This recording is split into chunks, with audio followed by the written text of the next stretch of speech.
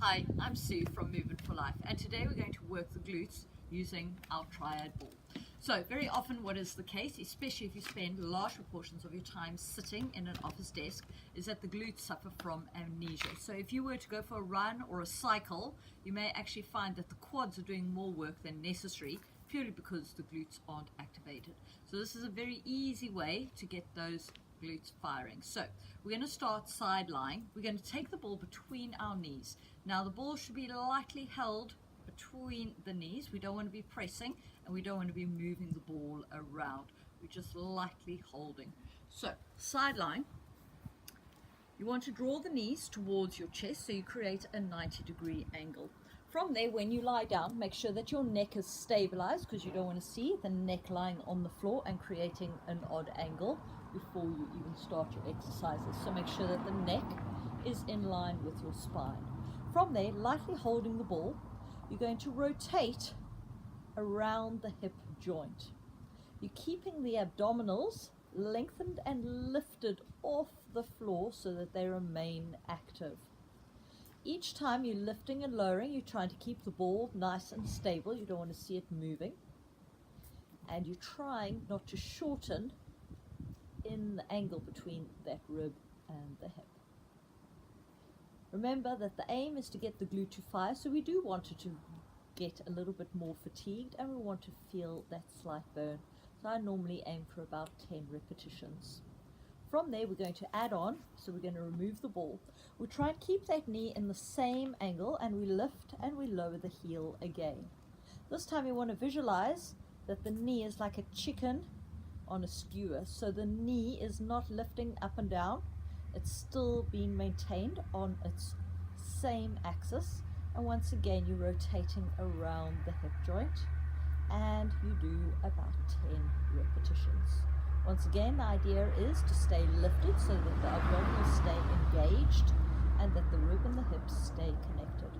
From there, you're going to draw the knee towards your chest, and then you're going to straighten the leg. This is rather a challenging exercise, but this also gets you in the mood for, especially if you're going to run or cycle. You want to think of bringing the knee towards the chest using your lower abdominals. So the back automatically wants to round and collapse into that Pink Panther shape. Likewise, when you straighten the leg, the back wants to arc into that Donald Duck shape. So your job is to get those abdominals to draw the knee in while you maintain neutral in the pelvis. And when you straighten the leg, you maintain the neutral pelvis and you keep that length between the rib and the hip. Once again, you're aiming for about 10 repetitions. From there, you're going to take the ball and you're going to place the top knee on top of the ball. Allow the ankle and the foot to totally relax. You're keeping that tummy up and off the floor, and you're going to lengthen the bottom leg long. Immediately you lengthen and lift the leg, the whole lower abdominals want to collapse onto the floor. From there, we're going to work the inner thigh. So you want to think of everything above your knee lifting up towards the ceiling. So from there, this just allows the glute to have a bit of a break, but it also gets the inner thigh to do some work. From there, we can add on and we can make some circles, doing 5 in one direction and 5 in the other direction. From there, you're going to take the ball out of the way, get the knees back on top of each other to create that 90-degree angle. From there, we're going to draw the knee up and we lift the ankle up. Lower the knee, lower the ankle. So it's kind of like a zigzag process of lifting up, up, down, down. The challenge here is not to let that rib and the hip collapse and let your spine move. So once again, you're trying to keep the pelvis nice and neutral as you lift and lower the two angles. And you do about 10 of these, and by this stage, glute medius should be really firing. So from there, as you've got two, we do the same thing on the other side. So once again, you're looking for a bit of stability with your head being nice and in a neutral spine. You take the ball between the knees. Make sure that you're just lightly levitating And from there we lift and lower the leg. We're looking to keep that tummy lifted up and in, and the pelvis stays in neutral.